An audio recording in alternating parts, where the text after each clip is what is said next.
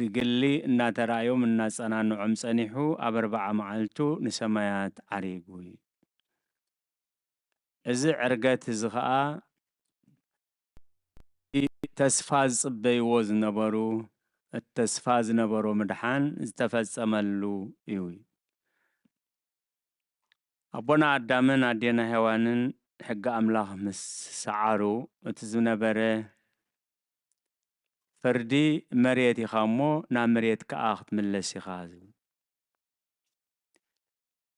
أزي أبعاتهم تراي بعاتاتهم دز في السمنيرو كبيداي مخونني أبونا عدامن عدينا هوانن بهوتهم كلو قائل نحو أبيل سلازقتلو أزي مرير نيروي كاب شعو جميروم كساب هينوك زنوبورو خاء تسفا غوريسوم سب أبز مريزي تفتيرو أبز مريزي بريسو بس بيسو يزترفيلوم از يوم تسفا غوريسوم نيروم እግዚአብሔር ግና ምሕረት ሃብታም ዝኾነ ኣምላኽ ንሄኖክ ኣብ ሻብዓይ ወለዶ ሞት ከይጠዓመ ሓመድ ኣዳም ከይለበሰ ንሰማያት የዕሪግዎ እዚ ዝኾነሉ ከዓ 300 ዓመት ምስ ኣምላኽ ተመላለሰ እዩ ዝብሎ ካብኡ ንኒኦ እቲ ተስፋ ቆሪፆሞ ዝነበሩ ድሕሪ ዝዓለም ዝምበኣርና ሰብ ዓለም ኣሎ ካልእ ዓለም ኣሎ ማለት ኢሎም ተስፋ ክገብሩ ጀሚሮም ዮሐንስ አፈወርቅ እንታይ ዝብል በሞተ አብየል ገሰጾሙ ወበእርገተ ሄኖክ ናዘዞሙ ይብል ሕጊ ምፍራስ ትእዛዝ እግዚአብሔር ምፍራስ ክሳብ ክንደይ መሪር ምዃኑ ከፍልጦም ምእንቲ ብህይወቶም ከለው ወዶም ናይ መጀመርያ ቀታል ሰብን ናይ መጀመርያ ቀታል ሓውን ብህይወቶም ከለው አዳምን ሔዋንን ከዓ አብየል ወዶም ናይ መጀመርያ ሞዋትን ናይ መጀመርያ ብሰብ ብሓው ዝተቀትለን ኮይኑ ነዚ ተስፋ ቆሪፆሞ ዝነበሩ ንሄኖክ ምስ ኣዕረጎ ግን ተስፋ ክገብሩ ጀሚሮም ልዕል ድሕሪ ዝዓለም ዝምበኣር ንሰብ ዓለም ኣለዎ እዩ ኣብ ምዱብ ግዜ ከዓ ንነቢ ኤልያስ ሙሉእ ዕድሚኡ ምስ ኣምላኽ ስለ ዝተመላለሰ ሕጊ ፍትሒ ጎዲሉ ድኻ ተበዲሉ እናበለ ኣብ ቅድሚ በዓል ኣክዓብ ኣብቶም ምኩሓት ነገስታት እናቀረበ ንእግዚአብሔር ብፍጹም ልቡ ስለ ዘገልገሎ ነቢ ኤልያስ ከዓ ብሰረገላ ሓዊ ሞት ከይጠዓመ ሓመድ ኣዳም ከይለበሰ ንሰማያት የዕሪግዎ እዚ ኣብ ካልኣይ ነገስት ምዕራፍ 2 ኢና ንረኽቦ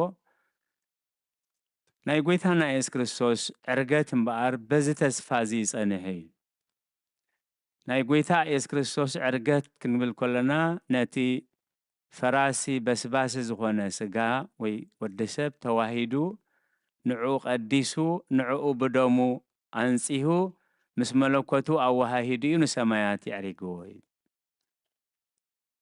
ስለዚ እቲ ዝሓደረ እንታይ እዩ ዲበ መንበርክሙ ሰብአ ሰብአ ኣምላከ ነጸሩ ኪሩቤል ወሱራፌል ታሕተ እገሪሁ ገረሩ ሰብ ዝኾነ ኣምላኽ ኣብ መንበር ጸባኦት ምስ ረኣዩ ሱራፌልን ኪሩቤልን ኣብ ትሕቲኡ ደኒኖም ኣመስገንዎ እቲ እግዚአብሔር ዝሃበና ክብሪ መላእኽቲ ኣብቲ ዙርያት መንበሪዮም ቆይሞም እዮም ዘመስግኑ ሰብ ግን ኣብቲ መንበሪ ዝቕመጥ ኢሉ ዮሐንስ አፈወርቅ እቲ ሰብ እሱ ከዓ እቲ ምስ መለኮቱ ዘወሃዶ እዩ ስለዚ ነቲ ካብ ኣዴና ቅድስት ድንግል ማርያም ዝወሰዶ ስጋን ነፍስን ምስ መለኮቱ ኣዋሃሂዱ ንሰማያት ምዕራጉ ንዓና ዓብ ተስፋ ደቂ ሰማያት ምዃንና ዘለዓለማውያን ምዃንና ከይደ ስፍራ ከዳልወልኩም ስፍራ ምስ ኣዳለኹልኩም ከዓ ተመልሼ ክወስደኩም ንስኻትኩም ከዓ ንዘለዓለም ምሳይ ክትነብሩ ኢኹም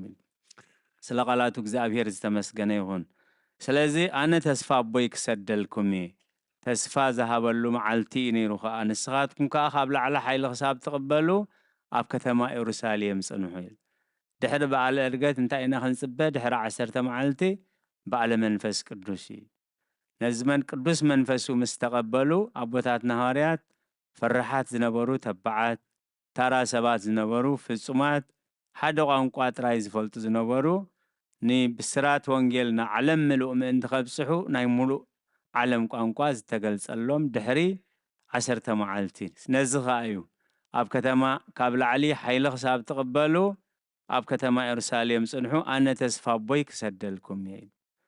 ስለዚ እቶም ብመንፈስ ኣምላኽ ዝምርሑ ንሳቶም ውሉድ ኣምላኽ እዮም ስለ ዝብል ካብ ላዕሊ ሓይሊ ክሳብ ትቕበሉ ኣብ ከተማ ኢየሩሳሌም ኩሉ ግዜ ንገብሮ ብመሪሕነት መንፈስ ቅዱስ ብመሪሕነት ቃሉ ብመሪሕነት ትእዛዙን ሕጋጋቱን እንተደኣ ኮይኑ መገድና ቅኑዕ ሓሳባትና ስሙር ስለ ዝኸውን ካብ ላዕሊ ሓይሊ ክሳብ ትቕበሉ ኣብ ከተማ ኢየሩሳሌም ጽንሑ ኣነ ተስፋ ቦይ ክሰደልኩም እየ ንስኻትኩም ከዓ ካብ ላዕሊ ሓይሊ ክሳብ ትቕበሉ ኣብ ከተማ ኢየሩሳሌም ጽንሑ እዩ።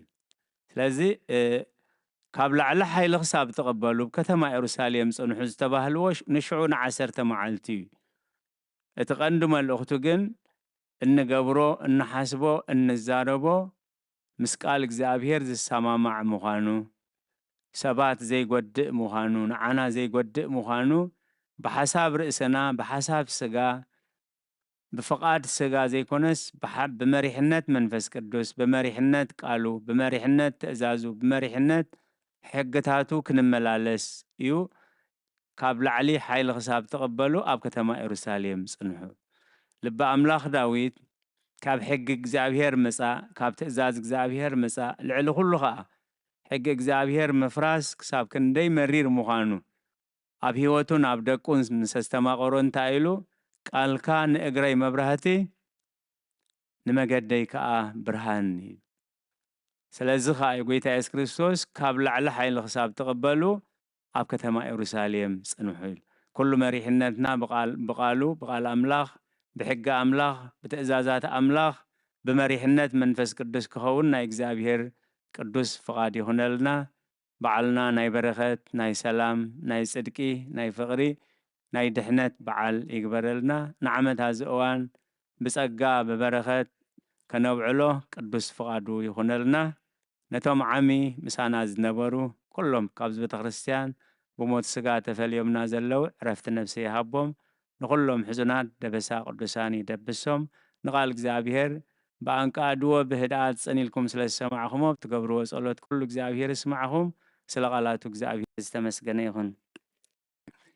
በስመ አብ ወወልድ ወመንፈስ ቅዱስ ምስጋና ይሁኖ መድኃኔ ክርስቶስ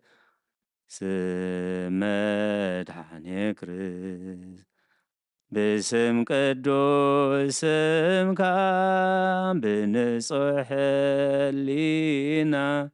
ብንጹሕ ሕሊና ኣብ ዙርያ መቅደስካ ንርከባሉን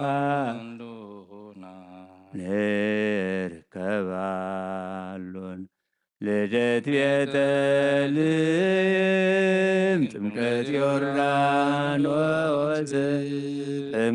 ዮርዳኖስ ሃይማኖት ተዋህዶ ድሕነት ስጋ ነፍስ በጃ ኩሉ ዓለም መስዋዕት ድሕነትና ክርስቶስ ካል አምላክ ፋሲካና ጎይታ ጎይቶት ልዑል ክርስቶስ ፈጣሪ ምስጋና ይብዛት በሰማይ እምነትና ንምጽና ባዕልኻ ርዳና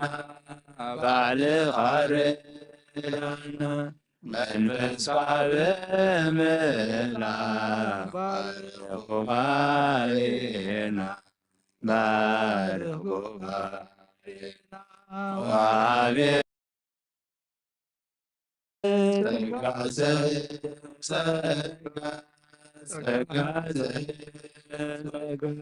አሜን ሃሌሉያ አልፋ ወኦሜጋ አልፋ ወኦሜጋ ዮም ፍስሐ ኮነ በእንተ ዕርገቱ ለክርስቶስ ዮም ፍስሐ ኮነ በእንተ ዕርገቱ ለክርስቶስ እምድኅረ ተንሥአ እሙታን በአርብዓ ዕለት በቃለ ቀር እምድኅረ ተንሥአ እሙታን በአርብዓ ዕለት በይባቤ በቃለ ቀርን ዮም ፍስሐ ኮነ በእንተ ዕርገቱ ለክርስቶስ ዮም ፍስሐ ኮነ በእንተ ዕርገቱ ለክርስቶስ እምድኅረ ተንሥአ እሙታን በአርብዓ ዕለት በይባቤ ወበቃለ ቀር እምድኅረ ተንሥአ እሙታን በአርብዓ ዕለት በይባቤ ወበቃለ ቀር ዮም ፍስሐ ኮነ በእንተ ዕርገቱ ለክርስቶስ ዮም ፍስሐ ኮነ በእንተ ዕርገቱ ለክርስቶስ እምድኅረ ተንሥአ እሙታን በአርብዓ ዕለት በይባቤ ወበቃለ ቀር እምድኅረ ተንሥአ እሙታን በአርብዓ ዕለት በይባቤ ወበቃለ ቀር አንትሙሰ ንበሩ ሀገረ ኢየሩሳሌም አንትሙሰ ንበሩ ሀገረ ኢየሩሳሌም እስከ ትለብሱ ኃይለ እማርያም እስከ ትለብሱ ኃይለ እማርያም እስከ ትለብሱ ኃይለ እማርያም እስከ ትለብሱ ኃይለ እማርያም አንትሙሰ ንበሩ ሀገረ ኢየሩሳሌም አንትሙሰ ንበሩ ሀገረ ኢየሩሳሌም እስከ ትለብሱ ኃይለ እማርያም እስከ ትለብሱ ኃይለ እማርያም እስከ ትለብሱ ኃይለ እማርያም እስከ ትለብሱ ኃይለ እማርያም አንትሙሰ ኢየሩሳሌም አንትሙሰ ንበሩ ሀገረ ኢየሩሳሌም እስከትለብሶ ኃይለ ማርያም እስከትለብሶ ኃይለ ማርያም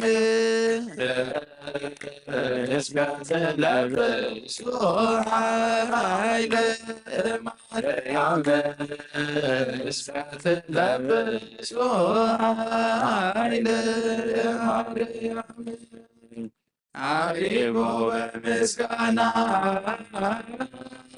አሪጎ በእልልታ በምስጋና በእልልታ አሪጎ አሪጎ በእልልታ አሪጎ በምስጋና አሪጎ በእልልታ በምስጋና በእልልታ አሪጎ አሪጎ በእልልታ ንሞት ዝሰዓር ናይ ሰራዊት ጎይታ አሪጎ አሪጎ በእልልታ ንሞት ዝሰዓር ናይ ሰራዊት ጎይታ አሪጎ አሪጎ በእልልታ አሪጎ በምስጋና አሪጎ በእልልታ በምስጋና በእልልታ አሪጎ አሪጎ በእልልታ አሪጎ በምስጋና አሪጎ በእልልታ በምስጋና በእልልታ አሪጎ አሪጎ በእልልታ የሞት ዝሰዓር ናይ ሰራዊት ጎይታ አሪጎ አሪጎ በእልልታ የሞት ዝሰዓር ናይ ሰራዊት ጎይታ አሪጎ አሪጎ በእልልታ አሪጎ በምስጋና አሪጎ በእልልታ በምስጋና በእልልታ አሪጎ አሪጎ በእልልታ አሪጎ በምስጋና አሪጎ በእልልታ በምስጋና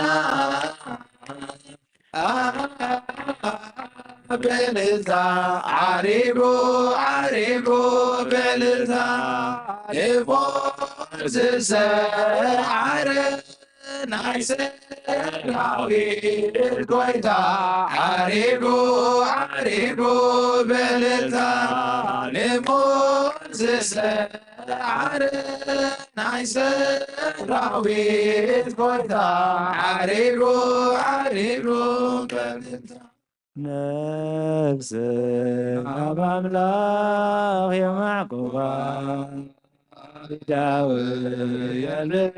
ዳውየልናባኻ ቅድመ ተንሥእ ኣብ ቅድሜኻ ተደፊእ ኣምላኽ ኢኻሞ ኣምልኸካ ንጉስ ኢኻሞ እንግሰካ ነፍሰይ ኣምላኽ የማዕቁባ አምላክ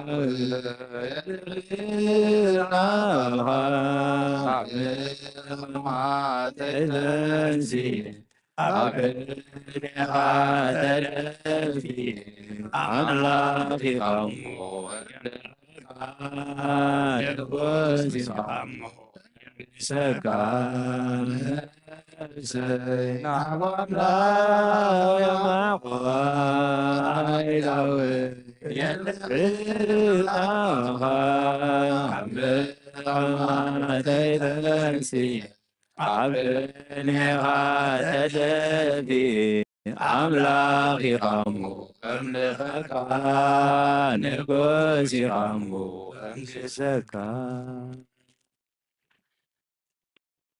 ራእይ ክብርን ምስጋናን ንኣምላኽ ይኹን። ከመይ ሓዲርኩም? ከመይ ቀኒኹም? ቶም ካብ ለይቲ ክሳዕ እዛ ሰዓት እዚኣ ምሳና በዓለ ዕርገት ተኽብሩ ዘለኹም ኣብ ርሑቕ ኣብ ቀረባ ኮንኩም ኣቦታት፣ ኣዴታት፣ ኣሕዋት ኣብ ዘለኹሞ ሰላም እግዚኣብሔር ንዓኻትኩም ይኹን። ንኹልና ድማ ኣብ ዕድሜና ሓደ ዓመት ወሲኹ ናብዚ ክቡር በዓል ዕርገት ስለ ዘብፅሓና ኣምላኽና ክብሪ ምስጋና ንዕኡ ይኹን። ናይ በረኸት ኣውደ ዓመት ይግበረልና። ንዓመታ ከምዚ እዋን ድማ ዝሓመሙ ተፈዊሶም፣ ዝረሓቑ ቀሪቦም፣ ዝጠፍኡ ተመሊሶም፣ ዝተባእሱ ተዓሪቆም ብከምዚ ከነብዕሎ ኣምላኽና ናይ ዝመፅእ ዓመት ሰባት ድማ ይግበረና። ተዘመረ መዝሙር ዝማሬ መላእኽቲ የስማዓልና። ደቅና ዲያቆናት ክዝምርሉ የንብርኩም፣ ኣብ ዓብ ነገር የብፅሕኩም። ኣቦና ኣቦይ መርጌታ ቃለ ህይወት የስማዓልና። ከምቲ ሰማዕናዮ ክነብር ድማ እግዚኣብሔር ንኩልና ይርዳኣና። ሎም መዓልቲ ምዝ ዝቐነየ ምዝ ዘሎ ሓዘናት ተዳኺምና መስለኒ። ብዙሕ ሰብ እዩ ዝመፅእ ነይሩ ካልእ ግዜ፣ ግን ርዱእ ነገር እዩ። ሕጂ እውን ናብዚ ምምላስ ኣሎ። ብቅንያቱ ድማ ስለ ዝኾነ እሞ እዚ ቅንያት ሓዘን ኣምላኽና ናብ ቅንያት ሓጎስ ይቐይረልና።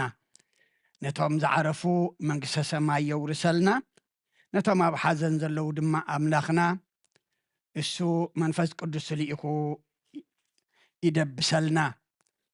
ከምቲ ዝቐነየ ሎሚ እውን ናይ ሓፍትና ኣዲሱ ሎሚ ፅባሕ ኣሎ ሓዘን። ቀዳም ድማ ሰዓት 9 ናይ ንግሆ ክሳብ 11 ብድሕሪኡ ድማ ሰዓት 1 ኣብ ቨርጂንያ ሓመድ ኣዳም ክትለብስ እያ እሞ ኩልና ድማ እግዚኣብሔር ብሰላም ብጥዕና ሓልዩ ኣብቲ ዝግበር ክንካፈል እግዚኣብሔር ይርዳኣና። ንዝመፅእ ዘሎ ቀዳም ድሕር ፅባሕ ምህልላ ኢልና ነርና እሞ ድሕር ምህልላ ቁሩብ ኣዴታት ድማ ክፀንሓ ደልየን ስለ ዝነበራ ምዝ ኩነታት ናይ ሓፍትና ኣዲሱ ቀብሪ ተቐይሩሎ እታ መዓልቲ ምስ ተወሰነት ድማ ክንሕበር ኢና ንሕና ሓሲብና። እግዚኣብሔር ድማ ንሓሳብና ብካልእ ስለ ዘብሎ ሕራይ እሞ ተስፋ ገብርኤል ዝበሃል ሓመማይ ሓውና ኣሎ እሞ ጸሎት ግበርልና ኢላሃና ኣላ ሓንቲ ዴና። ስለ ኩሉ ጸሎት ክንገብር ኢና። ብጸሎት ክንዓፁ ኩልና ሓፍ ንበል።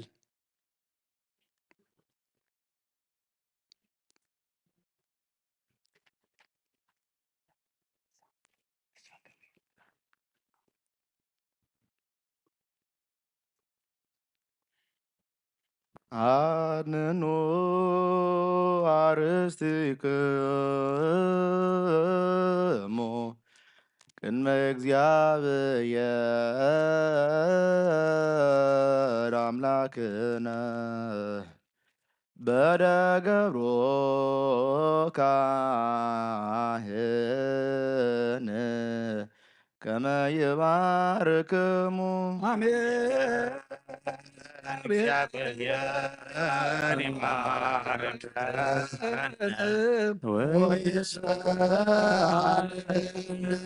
ጎይታ ህዝብኻ ድሕን ርስኻውን ባርኽ ጎይታ ህዝብኻ ድሕን ርስኻውን ባርኽ ጎይታ ህዝብኻ ድሕን ርስኻውን ባርኽ ክሳብ ንዘለኣለም ጓስዮም ልዕል ኣብሎምን ብክብር ደም ሓደ ወድኻ ጎይታናን ኣምላኽና መድሓኒናን ኢየሱስ ክርስቶስ ዘጥርኻያን በጃ ዝኾንካዮም ቤተክርስትያን ክሓልዋን ነገስታት መኳንንትን ካህናትን ምእመናንን ንፁህ ዘበንን ቅዱስ ህዝቢ መዕቆቦት ከውን ፀዋዕኻያ ቤተክርስትያን ክሓልዋ ኣብዛ ቅዱስ ቤተክርስትያን እዚኣ ዝመፃኹምን ዝኣከብኩምን ዝቆምኩምን ዝፀለኹምን ቅዱስ ስጉ ዝበላዕኹም ክቡር ደሙኻ ዝሰተኹም ብፍልጠትን ብዘይፍልጠትን ሓጢኣትን ተገበርኩምን ትስጉ ስጋ መለኮት ምንቲ ደሙ ሕግን ስርዓትን ኢየሱስ ክርስቶስ ወዲ እግዚኣብሔር ፃወት ወዲ ማርያም ድንግል ብድንግልና ሕልና ንፅቲ ብድንግልና ስካ ሓትምቲ ብዝሓለፈ ይመሓርኩም ዝመፅኻ ይሓልኹም ብኣፉን መንፈስ ቅዱስ ካብ ማእሰር ሓጢኣት ፍትሓኩም እግዚኦ መሓረና ክርስቶስ ንበል 12 እግዚኦ መሓረና ክርስቶስ እግዚኦ መሓረና ክርስቶስ እግዚኦ መሓረና ክርስቶስ እግዚኦ መሓረና ክርስቶስ እግዚኦ መሓረና ክርስቶስ እግዚኦ መሓረና ክርስቶስ እግዚኦ መሓረና ክርስቶስ እግዚኦ መሓረና ክርስቶስ እግዚኦ መሓረና ክርስቶስ እግዚኦ መሓረና ክርስቶስ እግዚኦ መሓረና ክርስቶስ እግዚኦ መሓረና ክርስቶስ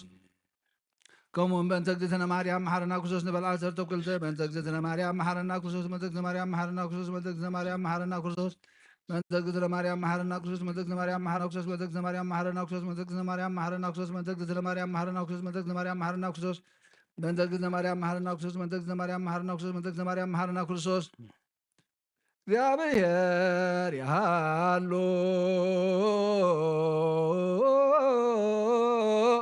ምስለ ኩልከ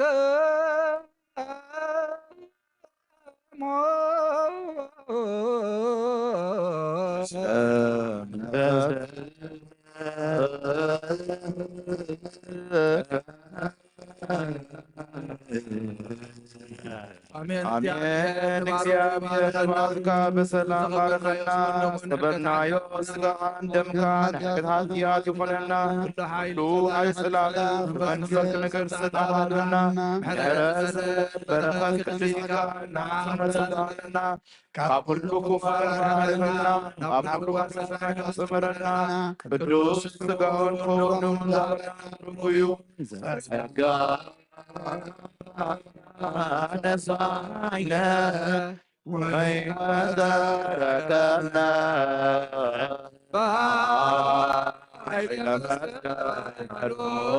ለኢየሱስ ክርስቶስ እግዚኦ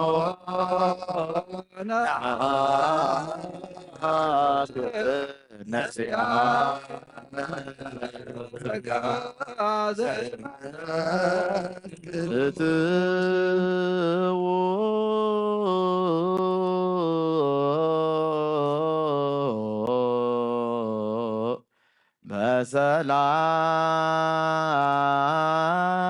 በሰላም